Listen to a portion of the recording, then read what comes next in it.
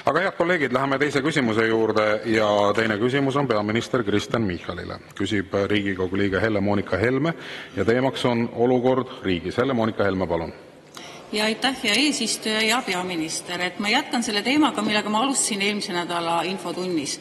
Ja vahepeal on sel teemal sõna võtnud ka mitmed avaliku elu tegelased ja eksperdid ja see on teie väidetava uue vana valitsuse legitiimsus. Me oleme praegu tõesti sellisel hallil alal, et vana valitsust enam ei eksisteeri, kuna üks selle moodustanud erakondadest on valitsusest välja heidetud ja uut samuti ei eksisteeri, kuna põhiseaduse poolt ette nähtud uue valitsuse moodustamise protseduuri ei ole läbi tehtud. Ja demokraatia mõttes me oleme seega praegu sisuliselt olukorras, kus ametis on valitsus, kellel puudub mandaat valitseda, kuna parlament ei ole sellele valitsusele oma heakskiitu andnud. Valitsus peaks oma poliitilised tegevused külmutama seniks, kuni Riigikogu on valitsusele oma otsese heakskiidu andnud. Ja seda ütleb arvamusliider Martin Mölder, kes ilmselgelt teab, mida tema räägib. Ja see uus valitsus, mida vanavarjus nüüd luuakse, alustab ühes teiseski mõttes, aga problemaatiliselt uuel loodaval valitsusel on hetkel enneolematult vähe valijate toetust. Viimaste reitingute andmetel on Reformierakonna Eesti 200 koostoetus vaid 17,9% ja sellest Eesti 200 toetus 1,7%, mis teeb ülejäänud kombinatsioonide toetuseks, rahva toetuseks siis 82,1%.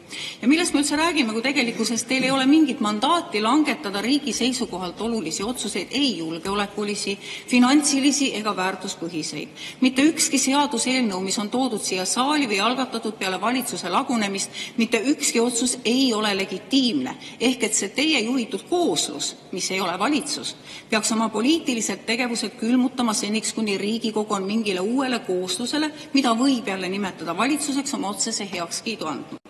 Et millal te ikka kavatsete hakata täitma Eesti Vabariigi põhiseadust? Eeldades, et te tahate olla edasi peaminister, oleks ikkagi elementaarne, et te kõigepealt astute tagasi ja siis, kui president on andnud teile uuesti ettepaneku püüda kokku saada toimiv valitsus, tulete siia samma Riigikogu ette ja kui läheb hästi, siis te saate vastavad volitused riiki juhtima jätkata. Ja nii kaua, kuni te pole seda teinud, on Eesti Vabariik sisuliselt juhitav.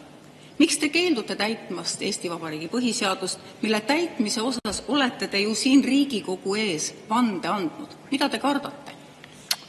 Aitäh, härra minister, palun. Ja aitäh, hea Riigikogu esimees. Kõigepealt sissejuhatusena ma jälle kehutaks opositsiooni küsima kõigi ministrite käest, sest on pentsik, kui valitsuse minister 2 tundi tuleb, istub siin puldis ja ühtegi küsimust ei saa. Seda esiteks. Teiseks, Martin Mölder tõepoolest on arvamusuuringute teatud suunas tõlgendamise, ma ütleks isegi veidi poliitilise propaganda ekspert, kahtlemata ja ilmselt teie jaoks seetõttu arvamusliider, pole kahtlust. Arusaadav ja ma ei usu, et väga tuleb päeva, kus ta seda valitsust võtab kiitma, aga ma võin eksida.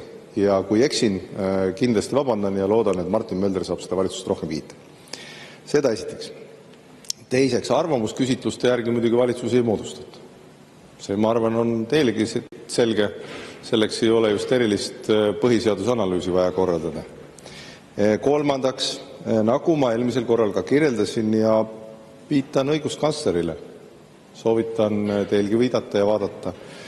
Õiguskantsler Ülle Madise on ka Facebooki sotsiaalmeediasse pannud üles oma analüüsi, kuidas ja millisel juhul peab peaminister tagasi astuma.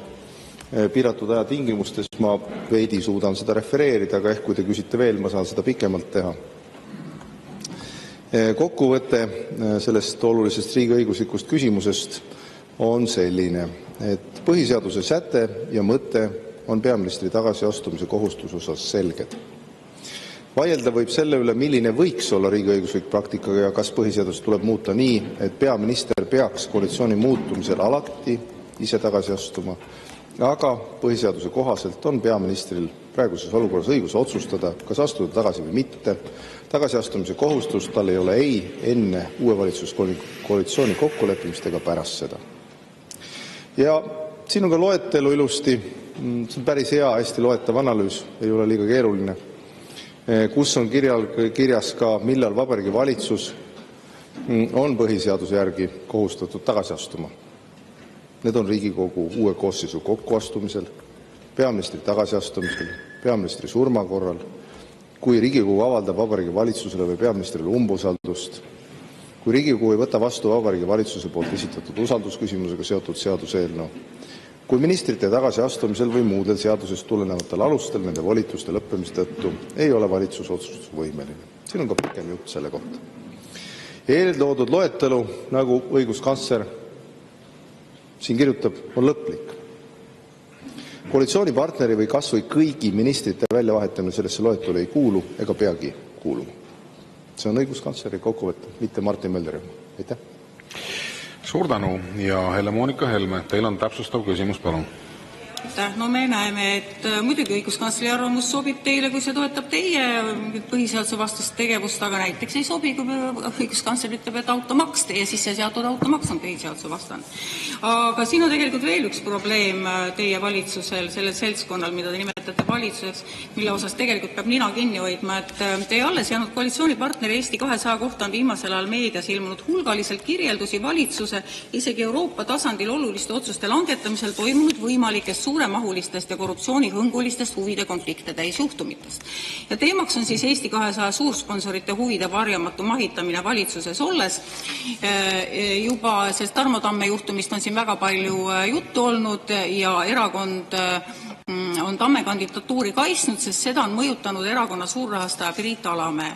No Eesti 200 on kaotanud valijate silmis usalduse nagunii selle Johanna-Maria Lehtme ja Slava Ukraini juhtumi tõttu, aga samuti võtame majandus- ja kommunikatsiooniminister Tiit Riisalo, kellel tekkis järsku plaan laenata, kui ta oli minister, plaan laenata 200 miljonit riigiportaali loomiseks, et ellu viia oma personaalse riigi ideid ja see portaali kavand oli täiesti täht-tähelt üle võetud Priit Alamäe Nortali samasisulisest visioonidokumendist ja paralleelselt lõpetati siis pooleli oleva riigiportaali loomise programm, millesse riik oli juba panustanud 800 000 eurot ja siin jällegi paistavad Nortali kõrvad. No Eesti 200 juhtpoliitikud on ettevõtjatena väga tihedalt seotud, näiteks omavad ja majandavad Priit Alamäe, Tarmo Tamm ja Eesti 200 välisminister Margus Tahknaga üheskoos purjekat loote. Eesti 200 on oma edu eest tänu võlgu ka rahastajatele IT-sektorist, kelle hulgas on Bolti suurosanikud Martin ja Markus Villig ja teatavasti Bolt tegi aktiivselt Majandus- ja Kommunikatsiooniministeeriumi kaudu lobitööd Euroopa Liidu platvormitööd direktiivi vastu ja lõpuks seda direktiivi sellisel kujul vastu ei võetudki ja kui palju kilekotte selle võidu eest liikus, seda peaksid tegelikult uurima nüüd kapo ja prokuratuur või näiteks Pakosta, kelle välisreise hakkas valideerima infotehnoloogia ja telekommunikatsiooni liit, mille juhtkonnas on Margus Tsahkna abikaasa, nii edasi. Ja Toomas Uiboga te olete Nordica rahakantimises ju samuti osaline. Kas teil piinlik ei ole sellise korruptsioonist läbi koalitsioonipartneri pärast või iseenda pärast? Et kavatsete midagi ette võtta, jääb erakondade karistamise ajalugu ainult see 1 000 000 eurot trahvi väidetava 8 ruutmeetri servituudi seadmise eest. Aitäh. Härra peaminister, palun. Jaa, aitäh. Jah, ma ütleks niimoodi, et kõik need küsimused olukorrast riigis kirjeldavad põhiliselt seda, mida te tahate küsimusena ette lugeda, et kui te tahaksite nende detailide kohta täpsemalt küsida iga loo kohta, saaksite te ju küsida ja saaksite ka asjatundliku vastuse. Nagu näiteks, mis puudutab IT-valdkonda, erinevaid lahendusi, ometi on siin digi- ja justiitsminister, kes võiks tegelikult kõike seda kirjeldada ja istub 2 tundi jõude. Õnneks ta jõude ei istu. Tänapäeval on võimalik ka kirjadele vastata. Ja inimene on siin, nii et te võite rahulikult ka tema käest küsida. Ometi te otsustasite seda mitte teha ja see oli teie valik. Seda esiteks. Teiseks, ma väidan, et Eestis on nii korruptsiooniteadlikkus väga kõrgel tasemel, seda näitavad erinevad indeksid, kui õiguskaitseorganid väga kõrgel tasemel tegevuses. Nii et kui kellelgi on etteheiteid või küsimusi, siis nii avalikuks tõstatatud küsimused kui mitte avalikuks saanud küsimused saab ju õiguskaitseorganite poolt kõik läbi vaadatud. Ja kui teil on kahtlusi, saate te küsida need ka kirjalikult üle. Nii et selliste varjude heitmine, ma ütleks nii, ma saan aru, loomulikult teil on poliitiliselt see kasulik ja lausa praktiline, aga tegelikkuses muidugi ütleme, on see pigem eeskätt selline uute uudiste materjal, mitte sisuline etteheide. Jah, ongi kõik, aitäh. Aitäh! Ja lisaküsimuse esitab kolleeg Mart Helme. Palun! Jah, no see on tuima panemine ju lihtsalt. Teistmoodi ei ole võimalik seda kõike nimetada. Te ei näe ega kuule mitte midagi korruptsioonist, kui see puudutab teie erakonda või antud juhul teie partnererakonda valitsuses, mida tegelikult valitsuseks nimetada ei saa. Sest et see, mida te praegu teete siin, on agoonia. See on teie valitsuse ja koalitsiooni agoonia, aga see on ühtlasi kahetsusväärselt ka Eesti riigi agoonia. Ja see agoonia ju teil jätkub ka valitsuses sees, kui me vaatame seda, mis toimub praegu Kaitseministeeriumi ja kõigi nende hangete ümber. Ja sellepärast ongi ikkagi küsimus selles, millal te nüüd tõele näkku vaatate ja millal te otsustate, et see agoonia tuleb Eesti riigi ja rahva huvides lõpetada ja minna Kadriorgu ja anda sisse tagasiastumise avaldus ja anda võimalus Riigikogul moodustada uus teovõimeline valitsus, mis selle agoonia lõpetab, mis riigi sellest agooniast välja viib. See agoonia on ju ühtlasi ka demograafiline agoonia. See on meie välispoliitiline agoonia. Kui meil tuleb siia Riigikokku Välisministeeriumi kõrge ametnik, kes hakkab rääkima Trumpist ja tema sabarakkudest, kas see on nüüd diplomaat või? Kas see on Eesti diplomaatiline tase rääkida Trumpist ja tema sabarakkudest?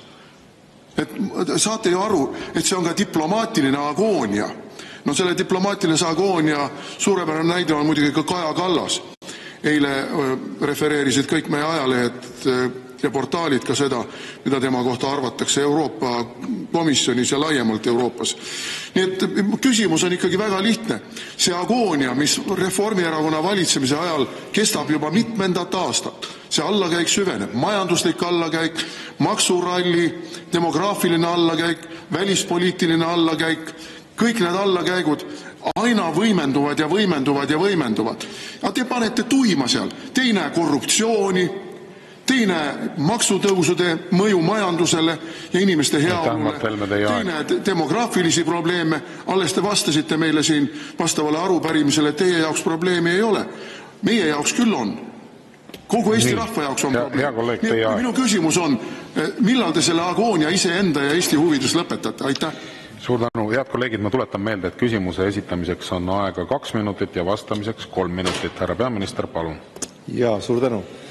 Esiteks faktiparandus, et kui te räägite demograafilisest olukorrast, siis kui te jälgisite minu vastuseid, siis minu sõnum on, et see on väga tõsine küsimus. Et kui kellelgi on häid lahendusi, siis tasub neid pakkuda ja maksa küünalt üksiti vakka all hoida. Et Euroopas tervikuna, nagu kirjeldatud, demograafia trendid on paljudes piirkondades negatiivsed ja väiksele riigile, väiksele rahvale on see suur mure. Nii et seda silti mulle küll omistada ei õnnestu, et ma kuidagi ei hooliks sellest või sellepärast ei muretseks. Ja ilmselt te siis saite valesti aru, sest teie kolleeg Riina Solman siin ees vastupidi tänas selle suhtumise eest, nii et ilmselt te peate omavahel kokku leppima, kumba pidi see nüüd täpselt ikka oli. Aga kinnitan jah üle, minu meelest see on tõsine küsimus.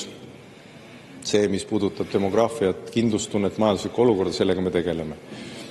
Nüüd agoonia.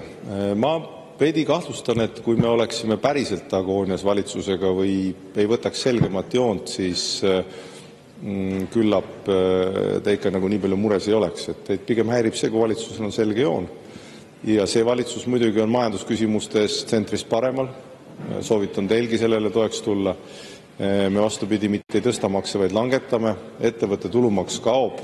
Esimesest eurost eraisikute tulumaksustamine kaob. See tähendab seda, et inimeste tulumaksukoormus langeb, inimestele jääb rohkem raha kätte ja see on ka sotsiaalselt õiglasem, kuna puudutab eeskätt neid inimesi, kelle sissetulek on väiksem.